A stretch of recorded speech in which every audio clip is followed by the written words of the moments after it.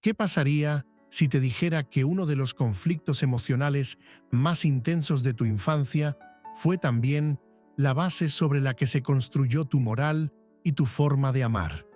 En 1924, Sigmund Freud publicó La disolución del complejo de Edipo, un breve pero fundamental ensayo que marcó un hito en la teoría psicoanalítica.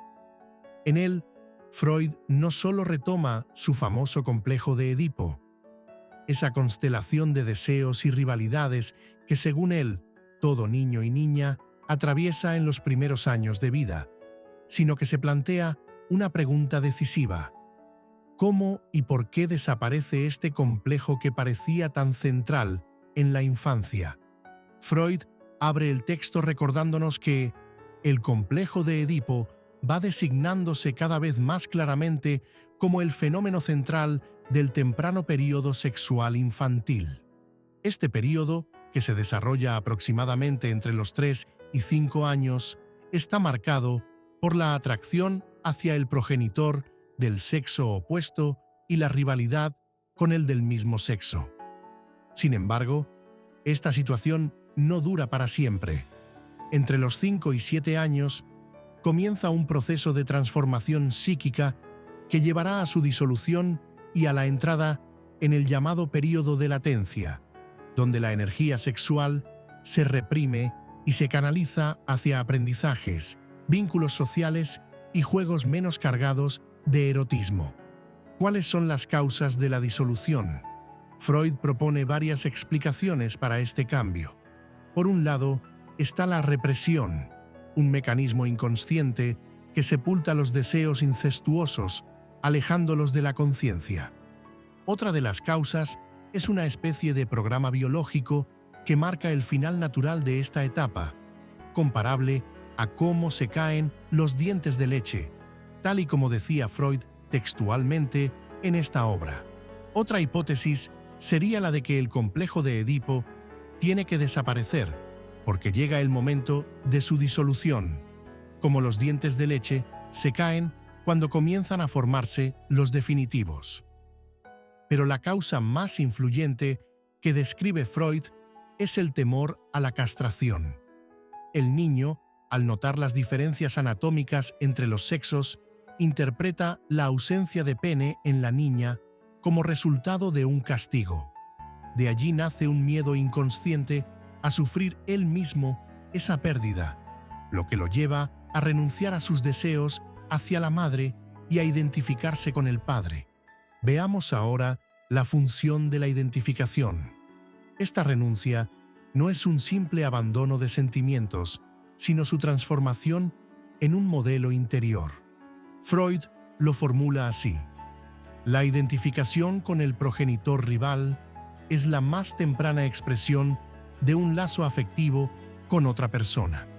Este proceso de identificación será la base sobre la cual se formará el superyo, esa instancia psíquica que encarna la autoridad, las normas y los ideales que guiarán la conducta adulta. El caso de la niña y el complejo de Edipo. Freud también dedica parte del ensayo a las niñas, aunque su visión está influida por los prejuicios de la época.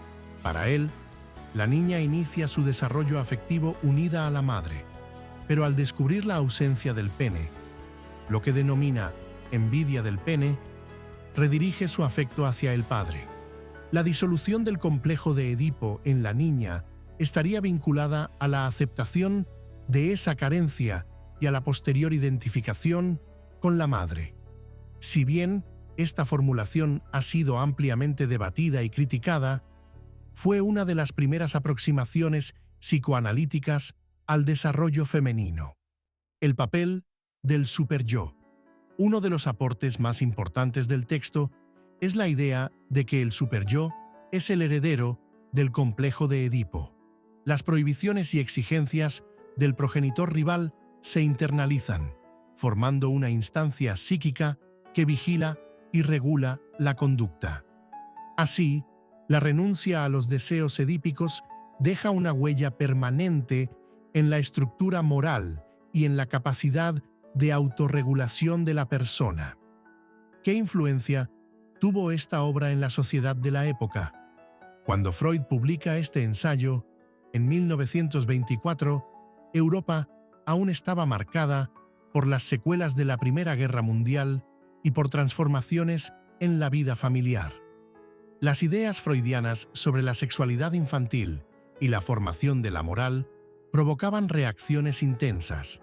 Para algunos eran revolucionarias, para otros escandalosas. Cuestionaban la visión idealizada de la infancia como un período puro y planteaban que los fundamentos de nuestra personalidad se construyen a partir de conflictos y renuncias inconscientes. Este texto, en particular, tuvo gran eco porque vinculaba el desarrollo afectivo infantil con la formación de valores y normas, algo que resonaba en una época que debatía sobre la educación, la disciplina y la autoridad.